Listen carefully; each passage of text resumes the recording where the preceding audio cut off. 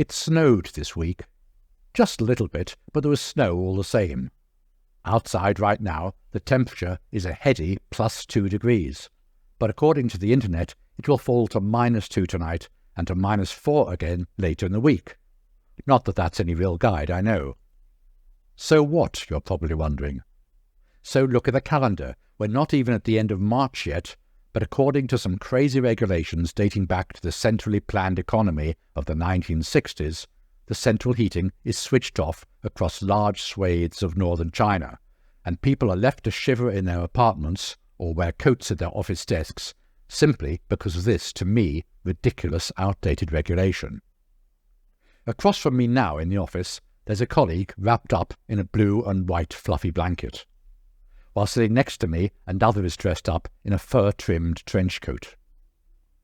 What happens is that the majority of the older apartment blocks and office blocks across the city have their heating piped to them centrally from a local neighbourhood heating station. It's either on or off.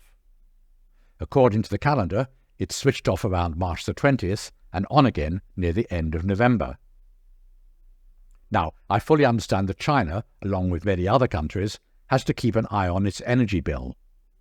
Apparently, the energy needed to run the central heating systems in northern China accounts for a quarter of the total energy consumption of the entire country and costs around 70 billion yuan.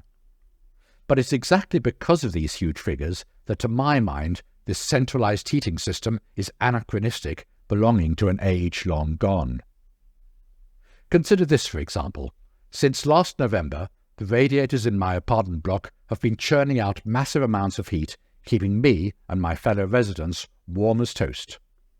There are no controls on the radiators allowing me to turn them off or even down a little. There are no thermostats either, meaning that when the temperature becomes just too overpowering, I have to open a window or two to bring the heat down to an acceptable level. In fact, for most of the winter, I've left 2 of my windows partially open to compensate for the overpowering heat being served up. What a waste! But there's more. In a typical 24-hour period, I'm in my apartment for maybe 10 hours only. So for 14 hours every day, or 60% of the time, my apartment stands empty. And yet still the heat pours out and escapes to heat up the winter chill outside. Isn't it about time someone mentioned to the powers that be here that, hey guys, we're actually in the 21st century nowadays? Surely it would make a lot more sense to install thermostats straight away across the entire area. Compared with half a century ago, they're dirt cheap, and the costs involved would be recouped many times over, as most countries in the West could testify. Additionally, if a metering system was introduced so that everyone knew how much energy they were using, then even more energy would be saved, especially if people are encouraged to switch off their heating when they were not at home.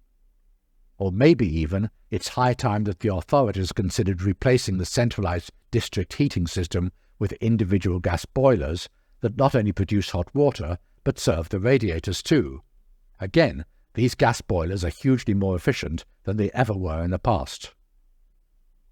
So now in the hallway I have on my electric heater, which I purchased last October, and which has been sitting idly by since mid-November, when the central heating was switched on.